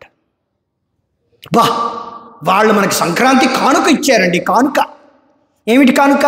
ట్యాక్సులు పెంచడం, మీ బుర్రల మీద బాగా ఏమిటంటే మరింత ఎక్కువ ఎలక్ట్రిసిటీ పనులు వేయడం, మీకు మరింత road tax, house tax, electricity bill మీ మోకాల మీద వేయడం.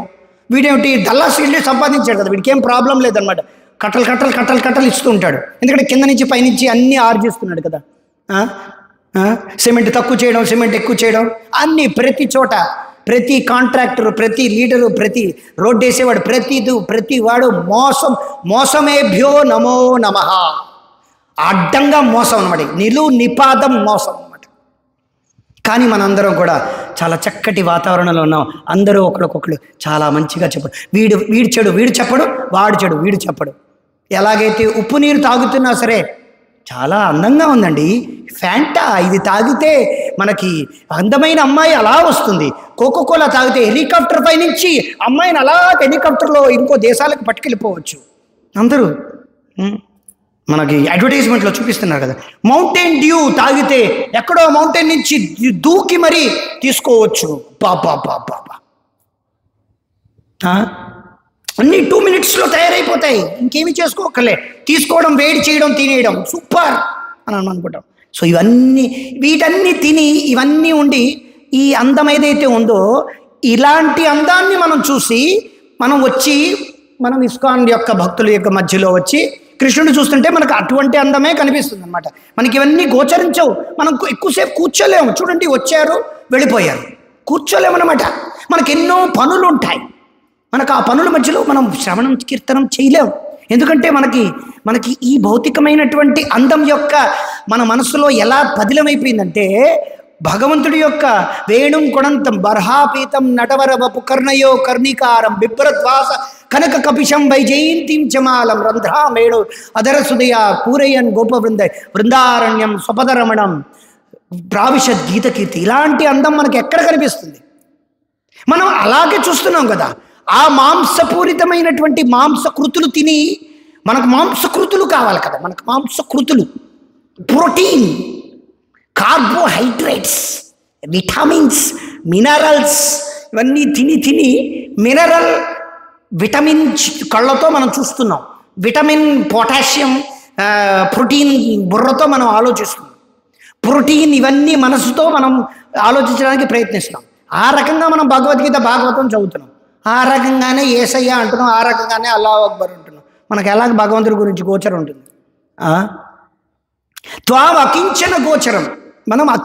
మనం ఎప్పుడు మనం భగవంతుని గోచరిస్తారంటే అత శ్రీకృష్ణావతి నా భవేద్గ్రాహి సేవోన్ముఖే జీవ. మనం భగవంతుడికి సేవ చేయడం మనకు తెలియదు అనమాట.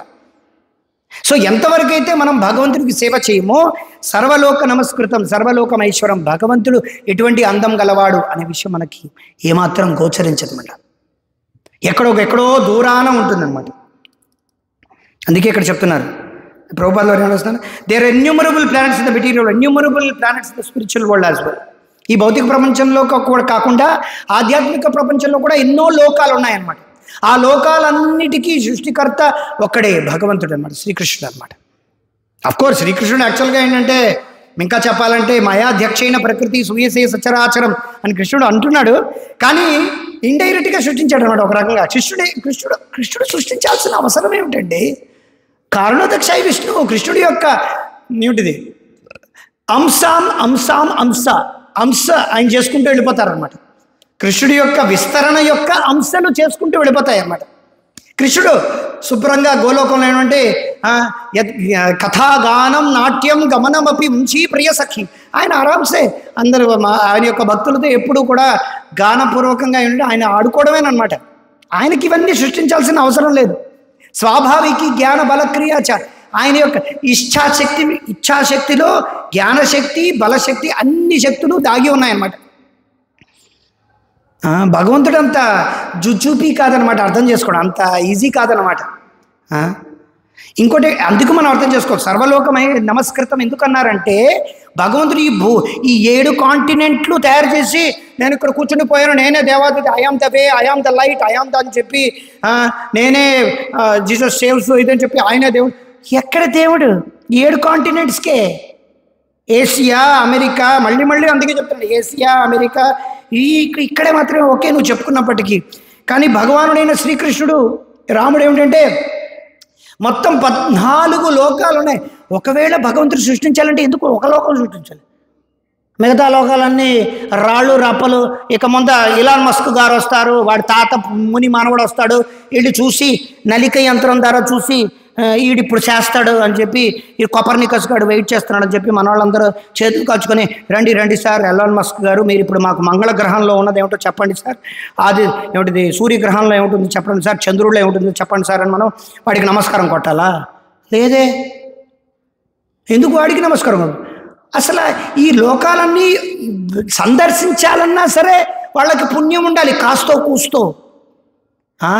ఆవు మోసం, గొడ్డు మోసం, మూత్ర విసర్జన మల విసర్జన చేసిన తర్వాత కడుక్కోవడమే తెలియదు అలాంటి వెధవలకి మంగళ గ్రహంలో ఉండేటువంటి మంగళకరమైనటువంటి విషయాలు, స్వర్గలోకాల్లో ఉండేటువంటి విషయాలు, చంద్రమండలంలో ఉండేటువంటి విషయాలు ఎలా తెలుస్తాయండి వాళ్ళకి?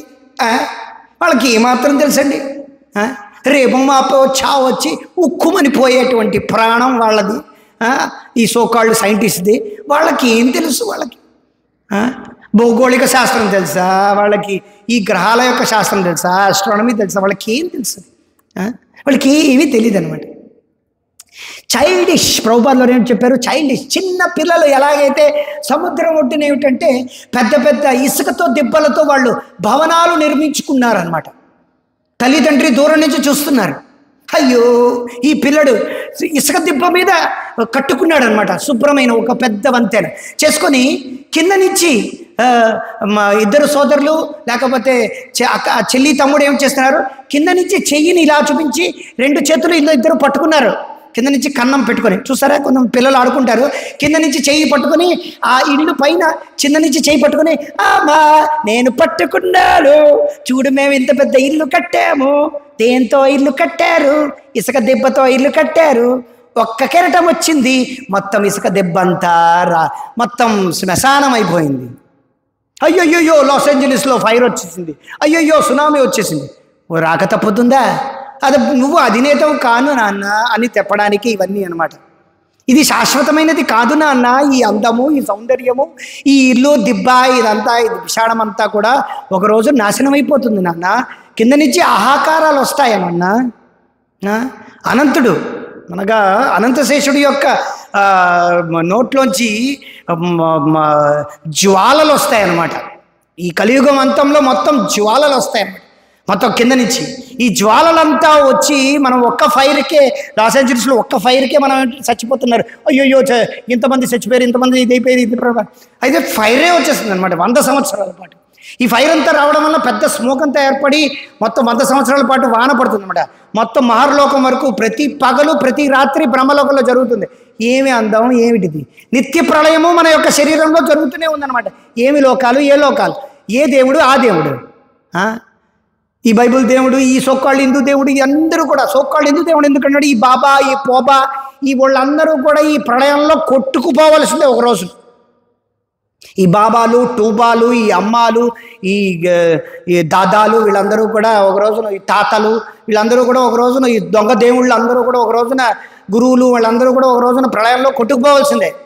కలియుగం ఎంత అయిన తర్వాత కలికి వచ్చి మొత్తం అందరినీ కూడా ఏమిటిది ధూమకేతువులో వస్తాడంట. ధూమకేతు చూసుకోండి, ధూమకేతు అంటే ఎలాగ ధూమకేతు వస్తుందంటే అంత అంత ఆషామాషిగా ధూమకేతువు రావడం అంటే ఎవడ్రా వాడు, ఆ పిచ్చి వెధవ కలికి తీసింది. ధూమకేతువులో వస్తాడనమాట. గుర్రంబెడు అశ్వం, శ్వేతవర్ణం కలిగినటువంటి అశ్వంలో ఖడ్గాన్ని పట్టుకొని ధూమకేతువులా వస్తాడనమాట. ధూమకేతువులా వచ్చి బార్బెరిక్ ఎవరైతే మలేచులు ఉన్నారో వాళ్ళందరినీ మారుస్తారు. మలేచులు ఎవరు? మనమే రేపొద్దున భక్తి, కృష్ణ భక్తి చేయకపోతే మనమే మలేచులుగా తయారవుతాం. యావన కిరాత హునాంధ్ర పులింద పులక సాబీర శుంభ యవనా కషాదయ. ఇప్పుడు మనం భక్తులు కాకపోతే ఈ రేపొద్దున వచ్చేటువంటి సంతతి వర్ణ సంకరం, సంకర జాతి మొక్కలు అన్నీ కూడా రేపొద్దున మలేచులుగా అయిన తర్వాత భగవంతుడు వచ్చి మనల్నే చంపుతాడు అన్నమాట. సింపుల్ అంతే. అంత ఈజీ కదనమాట. అంతటి అసురుల స్వభావం అయితే కానీ భగవంతుడు మనల్ని చంపేటట్టుగా ఒక ఒక సిచ్యువేషన్ మనం క్రియేట్ చేసుకోవాలన్నమాట. అది సో భగవంతుడు ఏంటంటే ఆ రకమైనటువంటి సిచ్యువేషన్ ఉన్నప్పుడు భగవంతుడు వస్తాడనమాట. సో చెప్పొచ్చేమంటే ఈ మొత్తం లోకాలన్నీ కూడా అశాశ్వతం. మళ్ళీ భగవంతుడు నెక్స్ట్ మన్వంతరం మళ్ళీ భగవంతుడు అవతరిస్తాడనమాట. ఇది భగవంతుడు మళ్ళీ సృష్టిస్తాడన్నమాట బ్రహ్మ ద్వారా. సో ఇది అందుకుని భగవంతుడు ఇక్కడ సర్వలోకమైస్కృతం. ఈ లోకం, ఆ లోకం, ఈ అమెరికా, ఈ గిబిరికా ఇది కాదనమాట. సర్వలోకాలు ఏమిటి? భూర్ భువర్ స్వర్ మహర్ జన తప సత్యలోకం, కిందన లోకాలు, అతల వితల సుతల రసాతల మహాతల పాతాళ, ఈ 7 లోకాలు అన్నిట్లోనమాట. ఎక్కడ లేడు. అందుగలడం సందేహం. ఎందుకు వెతికినా అన్నందే గలడు అనమాట. ఎందుకన్నారు? ఊరికనే అన్నారా?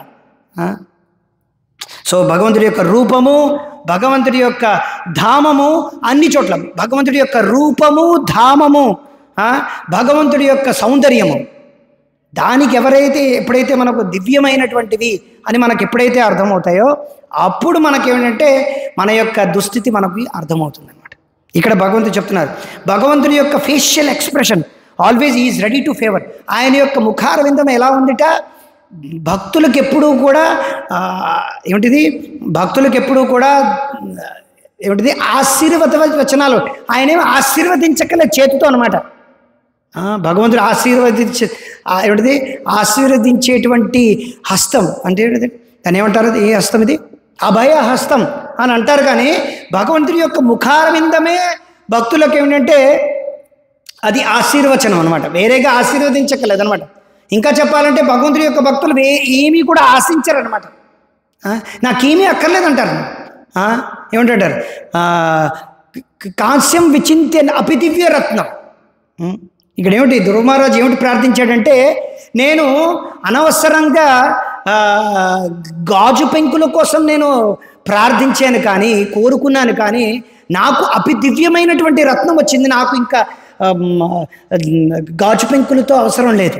ఎవరైతే భగవంతుడి యొక్క ముఖారవిందానికి అట్రాక్ట్ అవ్వరో, అభయస్థానికి మాత్రమే అట్రాక్ట్ అవుతారో భగవంతుడు అనుకుంటాడు, ఓకే అభయస్థానికైనా అట్రాక్ట్ అవ్వండి అని చెప్పి అభయస్థం ఇచ్చాడు. కానీ భగవంతుడి యొక్క భక్తులు ఎప్పుడూ కూడా భగవంతుడి యొక్క ముఖారవిందానికి ఎప్పుడైతే ఆకర్షణీయ అవుతారో వేరు ఇంకేం అక్కర్లేదనమాట. సో భగవంతుడి యొక్క ముఖారవిందం పైన అట్రాక్ట్ ఎప్పుడైతే ఆకర్షణీయయ్యారో, భగవంతుడు ఎప్పుడైతే వాళ్ళ యొక్క సొంతం అయిపోయారో, మిగతా ఈ భౌతిక ప్రపంచంలో ఎన్ని వచ్చినప్పటికీ కూడా అదే వృత్రాసుడు కూడా ప్రార్థిస్తున్నాడు అనమాట.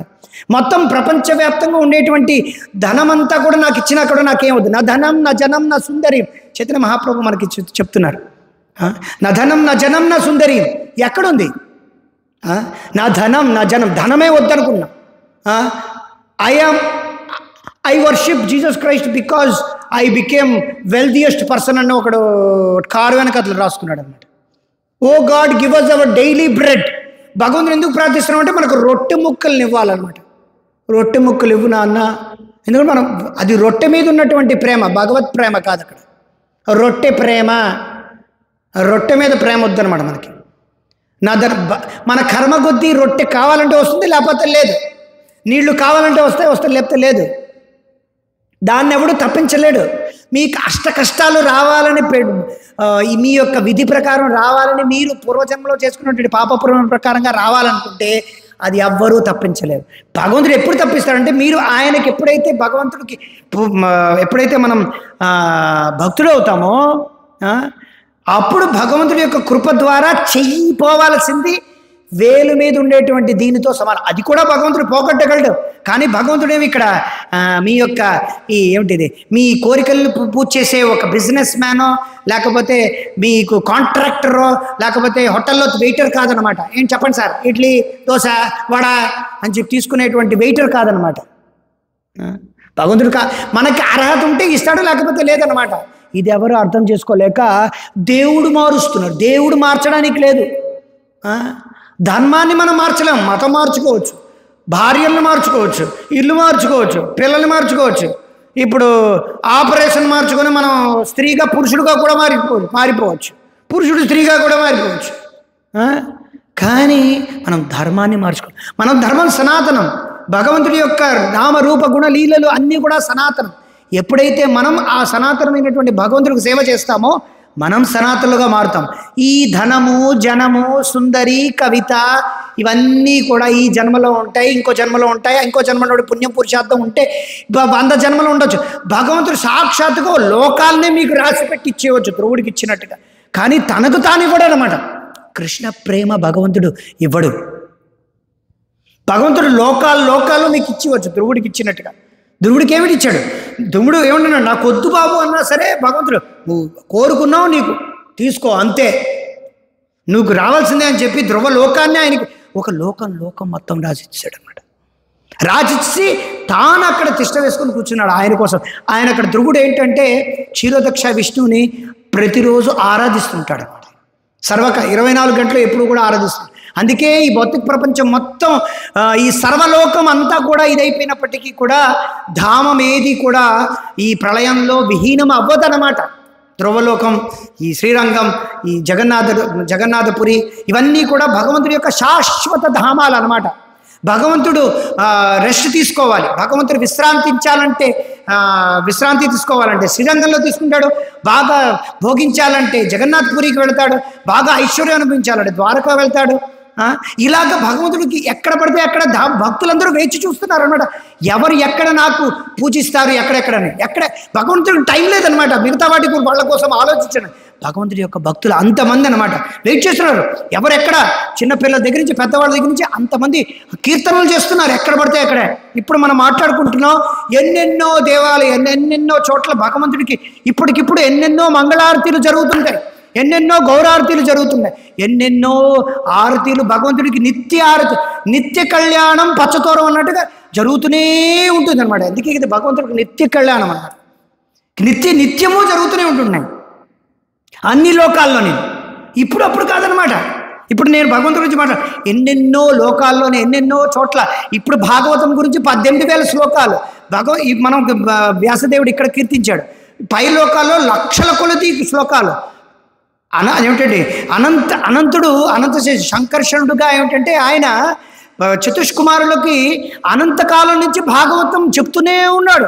ఇంకా ఇంకా ఇంకా ఆయన యొక్క 1000 పడగలతో చెప్తూనే ఉన్నాడు, ఇంకా అంతం కాలేదు. అది భగవంతుడి యొక్క కీర్తి. ఈ భౌతిక ప్రపంచంలో ఉండేటువంటి ప్రతి ఇసుకలో ఉండేటువంటి నాడులు గ్రాన్యూల్స్ అంటారు, శాండ్ గ్రాన్యూల్స్, ప్రతిదాన్ని మనం లెక్కించగలం. ఎవడైనా ఒక ఎక్స్పర్ట్ ఏఐ ద్వారా ఆర్టిఫిషియల్ ఇంటెలిజెన్స్ ద్వారా ఆకుల్ని కూడా ఒకడు లెక్కించవచ్చు, ప్రతి శాండ్ గ్రాన్యూల్ని లెక్కించవచ్చు, ప్రతి తారని లెక్కించవచ్చు, ఎన్ని తారలు ఉన్నాయో లెక్కించవచ్చు. కానీ భగవంతుడి యొక్క నామరూప గుణాన్ని లెక్కించడం ఎవడి తర కాదన్నమాట. ఎందుకంటే ప్రళయం వచ్చిన తర్వాత అంతమైపోతుంది. ఈ అంతమైపోలోక భగవంతుడి యొక్క గుణగణాలని ఎన్నో ఇన్ఫినిటీ టైమ్స్ ఇంక్రీజ్ అయిపోతున్నాయి అన్నమాట. అందుకే పూర్ణమిదం పూర్ణాత్ పూర్ణముదచ్యతే పూర్ణస్య పూర్ణమాత్. ఉట్టినే ఈ శ్లోకాలు ఉన్నాయా? ఉట్టినే మేము మతం మారిపోవాలా? ఉట్టినే ఇవన్నీ ఉట్టినే చెప్పిండా వ్యాసుదేవుడు? ఇది ఆషామాషి అనుకున్నారా? ఎంత జోక్ అనుకున్నారా? రామాయణం మహాభారతం అన్నీ. సో పిల్లి పిత్రి కథలు ఏవేవో చెప్తుంటారు యూట్యూబ్లోని ఇన్స్టాగ్రామ్లోని. ఇవి ఇన్స్టాగ్రామ్ ఎంతసేపు ఎన్ని రోజులు? మీ బతుకెంత? మీ మీ యొక్క ఆలోచన ఎంత? మీరెంత? ఇది నేనెంత? నేను ఎవడను? ఐఎమ్ జస్ట్ నథింగ్ అనమాట. భగవంతుడు వ్యాసదేవుడు కీర్తిస్తున్నాడండి. 18,000 శ్లోకాలు. రామాయణం 25,000 శ్లోకాలే కాదు. హైగ్రీవుడు ఫస్ట్ ఇచ్చింది లక్షల కొలది శ్లోకాలు నారదుడికి ఇచ్చాడు. నారదుడు దయతో 25,000 శ్లోకాలు ఇచ్చారు. లక్షల కొలది శ్లోకాలు ఉన్నాయి. హైగ్రీవుడు ఇచ్చాడు అనమాట ఫస్ట్. ఇది ఎవరికి తెలీదు. ఇంకా పైలోకాలకి బ్రహ్మదేవుడి దగ్గరికి వెళ్తే లక్షల కొలది శ్లోకాల్లో రాములు అయోధ్యలోకంలో అయితే చర్చిస్తున్నారు. ఇంకా అంతం అవ్వటం లేదు అసలు. రాములు వారి కీర్తి అంత అన్నమాట. ఏమిటి తెలుసు మీకు రామాయణం గురించి? ఏమిటి తెలుసు మీకు? ఎరిగితే నొప్పి, తింటే నొప్పి, అలాంటి బతుకులు. అలాంటి వాడు చెప్తున్నారు రాముడిని క్రిటిసైజ్ చేయడం, కృష్ణుడిని క్రిటిసైజ్ చేయడం. ఇది ఎలా ఉందంటే, సూర్యుడు తాపం ఎక్కువైపోయి వద్ది మనం ఏమిటంటే సూర్యుడి మీద ఉమ్మూసామన్నమాట. సూర్యుడి మీద, ఆకాశం మీద ఉమ్మూసాం. ఎవరి మీద పడింది? వాడి మీదే పడింది. ఇంకో ఉదాహరణ ఎలా ఇస్తారంటే, పైన గద్ద వెళ్తుంది అనమాట. గద్ద వెళ్తుంది, రాబందు వెళ్తుంది. యాక్చువల్గా అది రాంబంటు, దాన్ని రాబంధు అని చేయిస్తారు. పాయింట్ అంటే అది పైకి ఎగిరి కిందనేమో చూస్తుంది. ఆవు కానీ ఏదైనా ఉందనుకోండి, ఎలక కానీ శపిస్తుంది అనమాట. నువ్వు చచ్చిపోవాలి. శపించినంత మాత్రం చచ్చిపోతుందా? వీళ్ళు చెప్పేది అలాగే ఉందన్నమాట. రాముడు ఎక్కడ, కృష్ణుడు ఎక్కడ? ఈ హేతువాదులు, ఈ నాస్తికులు రాముడేటి, కృష్ణుడేటి, ఇదేటి, అదేటి అని వాంతుల మీద వాంతులు చేసుకుంటారు. ఇది శిశుపాలుడిలాగా అనమాట. వాళ్ళు అలా చెప్పుకుంటూ ఒకరోజు కై కై కై కై కై కై కై అని చచ్చిపోతారు. అని ఎలాగైతే కుక్క ఏంటంటే ఎగురుతుంటుంది, తట్టనోటి ఇలా పట్టుకుంటుంది అనమాట కుక్క పావురాన్ని. అంతే. ఈ బైర్నరీస్, ఈ గోగినేని, ఈ పూగినేని, ఈ రాజమౌళి వీళ్ళందరూ కై కై కై కై అని ఒకరోజు చచ్చిపోతారు అనమాట. ఈ నాస్తికులు అందరూ చచ్చిపోతారు. ఈ రోజుల్లో చాలా ఫ్యాషన్ అనమాట. నేను నాస్తికుడిని, బూతులు మాట్లాడడం చాలా ఫ్యాషన్. చిన్నపిల్లల దగ్గర నుంచి పెద్దవాళ్ళ వరకు అందరూ బూతు సినిమాలు చూడటం, బూతులు మాట్లాడడం ఫ్యాషన్ అనమాట. భగవత్ చరిత్ర గురించి తెలుసుకోవడం ఎక్కడ లేదనమాట. అది ఫ్యాషన్. ఏమవుతుంది? అలాగే వస్తుంది అన్నమాట. సంకరజాతి మొక్కలు ఏమవుతాయి? సో మనం ఏంటంటే భగవంతుడి యొక్క చరిత్ర గురించి తెలుసుకోవాలి. జన్మ కర్మ చమే దివ్యాం ఏవం యో వేత్తి తత్వత తెలుసుకోవాలి. యూట్యూబుల్లో కాదు, యూట్యూబుల ద్వారా కాదు, తత్వత శాస్త్రం ద్వారా శ్రవణం చేయాలి. శ్రవణం చేయడం ఓకే. యూట్యూబుల ద్వారా భగవంతుడి గురించి ప్రామాణికమైనటువంటి గురు పరంపరలు ఏవో కాన్కిస్కా గారి దగ్గర నుంచి తెలుసుకోవడం, టామ్ డిక్ హ్యారీ దగ్గర నుంచి తెలుసుకోకూడదు అనమాట. నేను యూట్యూబ్ ఛానల్ ద్వారా 100 రాసుకుంటాను, 100 వీడియోలు రామాయణం గురించి. అది కాదు, రామాయణం కాదు, అది విషవృక్షం అన్నమాట. అది విషవలయం, మిమ్మల్ని విషవలయంలోకి తోస్తున్నది. ఎవరితో? రంగనాయకమ్మ రాసింది పుస్తకం రామాయణం విషవృక్షం అంటే. అది ఒక శూర్పణఖ. చదివిన వాళ్ళందరూ కూడా రావణ దూతలు, దాన్ని నమ్మిన వాళ్ళందరూ భూత పేత పిశాచాలు. మరి ఏమవుతుంది? విషవృక్షం కాకపోతే ఇంకేమవుతుంది? అదేమైనా కల్పవృక్షం అవుతుందా? కల్పవృక్షం అంటే మీకు అర్థం తెలుసా? నీ బతుకు అదొక కల్పము, అదొక వృక్షము. సో పాయింట్ ఏంటంటే మనం చాలా జాగ్రత్తగా అర్థం చేసుకోవాలి. భగవంతుడి గురించి అర్థం చేసుకోవాలంటే మనకు ఫస్ట్ తద్విద్ధి ప్రణిపాత్ ప్రకృష్ట రూపేణ నిపాత్. భగవంతుడు చాలా గొప్పవాడు, నేను చాలా నీచమైనటువంటి వాడు. నేను తెలుసుకోవాలంటే నమ్రత కావాలి. విద్యా దదాతి వినయం, విద్యా దదాతి ధర్మం. ఫస్ట్ ధర్మం తెలుసుకోవాలి. విద్యా దదాతి వినయం రావాలి. ఎప్పటికీ వినయం లేదన్నమాట ఈ రోజుల్లో. విద్యార్థి కాదు, కామార్థి, క్రోధార్థి, లోభార్థి, ప్రతి విధవ విద్యార్థి కాదనమాట. విద్యనా బొంద. ఆడికెళ్ళి రీళ్లు చేసుకోవడమే. స్కూల్లో పిల్లలు రీళ్లు చేసుకునేసరికిలే టైం అయిపోతుంది మొత్తం అంతాను. కాలేజీ అమ్మాయిలు, కాలేజీ పిల్లలు ఒకరితో ఒకరు చూసుకునేసరికిలే సమయం అయిపోతుంది. సిలబస్లో ఏటున్నదో ఆడికి తెలియదు. చైల్డ్ ఆర్టిస్టులు, చైల్డ్ ప్రాస్టిట్యూషన్, చైల్డ్ ఆర్టిస్టులు కాదు, చైల్డ్ వేశ్యరికం. సినిమాలో చూపిస్తాడు చైల్డ్ ఆర్టిస్ట్, వీడు చాలా బాగా నటించండి. ఈ రోజుల్లో చాలా ఫ్యాషన్ అయిపోయింది అన్నమాట చైల్డ్ ఆర్టిస్ట్. వాడు అప్పట్లో చైల్డ్ ఆర్టిస్ట్, ఇప్పుడు హీరో. చైల్డ్ నుంచే ప్రాస్టిట్యూషన్ మొదలు పెట్టారనమాట. ఇది చైల్డ్ లేబర్. ఏ హ్యూమన్ రైట్స్ ఆర్గనైజేషన్లో వీళ్ళ రాళ్ళు గొడ్లు కొట్టుకొని పాపం వాళ్ళ జీవనోపాధి కోసం పిల్లల్ని ఇచ్చి పంపిస్తుంటే అది చైల్డ్ లేబర్ అంట. ఇది వీళ్ళకి చైల్డ్ లేబర్ ఇక్కడ కనిపించడంలే. సినిమాల్లో నటించేటువంటి పిల్లలందరినీ బూతు మాటలు నేర్చుకుని చేసాను, అది వాళ్ళకి చైల్డ్ లేబర్ అనిపించడం లేదు. ఇది చైల్డ్ లేబర్, చైల్డ్ ప్రాస్టిట్యూషన్. ఎవరినైనా రానివ్వండి, మనం మాట్లాడగలం. ఇది ఎంతవరకు అయితే పిల్లలకి ప్రజలకి బాలస్థావత్ మొత్తం బాలులు వృద్ధులు అందరికీ కూడా ఎంతవరకు అయితే వాళ్ళ యొక్క చరిత్ర విహీనులుగా ఉంటారో అంతవరకు మనకు భగవద్గీత భగవంతుడి గురించి మనకు అర్థం కాదు. చరిత్ర మారాలంటే మనం మనం నమ్రతగా ఉండి మనం అర్థం చేసుకోవాలి. శాస్త్రంలో చెప్పిందంతా సత్యమని మనం విశ్వసించాలి. వానికి 4 రకాలైనటువంటి అపరిపూర్ణత లేదని మనం అర్థం మనకు అపరిపూర్ణమైనటువంటి వ్యక్తులమని మనం అర్థం చేసుకోవాలి. అప్పుడు మనకేంటంటే శాస్త్రం వంట పడుతుంది అన్నమాట. లేకపోతే ఎలాగైతే విచ్చలవిడిగా ఏదో చూస్తుంటే శ్రద్ధ లేకుండా తిన్నది అరగదో, ఆ రకంగా శ్రద్ధ లేనట్టుగా మనం రామాయణం గురించి భగవద్గీత గురించి యూట్యూబ్లో అశ్రద్ధగా మనం చూడడం వల్లనే ఈ సోకాల్డ్ హిందువులందరూ కూడా ఈ రకంగా ఏంటంటే దౌర్భాగ్యులుగా తయారైన వాళ్ళకి. ఈ రకంగా భారతదేశం యొక్క కల్చర్ ఏమిటట, భారతీయ సంస్కృతి తెలుగు సంస్కృతి ఏమిటట, కోడి పందాలు చేసుకోవడం, కక్క మొక్క తినడం, సినిమాలకు వెళ్ళడం. ఇదిరా సంక్రాంతి. ఇది సంక్రాంతి. కొత్త పండుగలు వేసుకున్నామా, ఒకడికొకడు వేసుకున్నామా, చూసుకున్నామా, ఇవి చూసామా అవి చూసామా అని చెప్పి కొత్త బట్టలు వేసుకోవడం, శుభ్రంగా ఏంటంటే కక్క మొక్క మందు పొందు బాగా తాగడం, కోడి పందాలు వేసి కోడి పందాలు చేయడం, ఆ కోడినే తినడం, బాగా బలిసినటువంటి పొట్టెల్ని పెంచడం, దాన్నే తినడం, రొయ్యలు పీతలు తినడం. ఇది సంక్రాంతి. సంక్రాంతి కాదు. ఇదేంటంటే ఇది బార్బెరిక్, అమానుషం.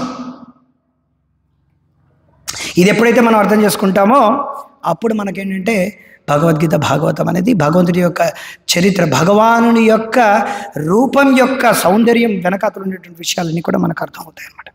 హరే కృష్ణ. శ్రీమద్ భాగవతం కీ జాయ్, శిల ప్రభుపాద కీ జాయ్. హరే కృష్ణ.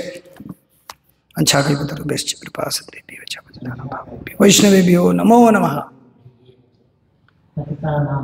శ్రీమద్ భాగవతం కీ జాయ్.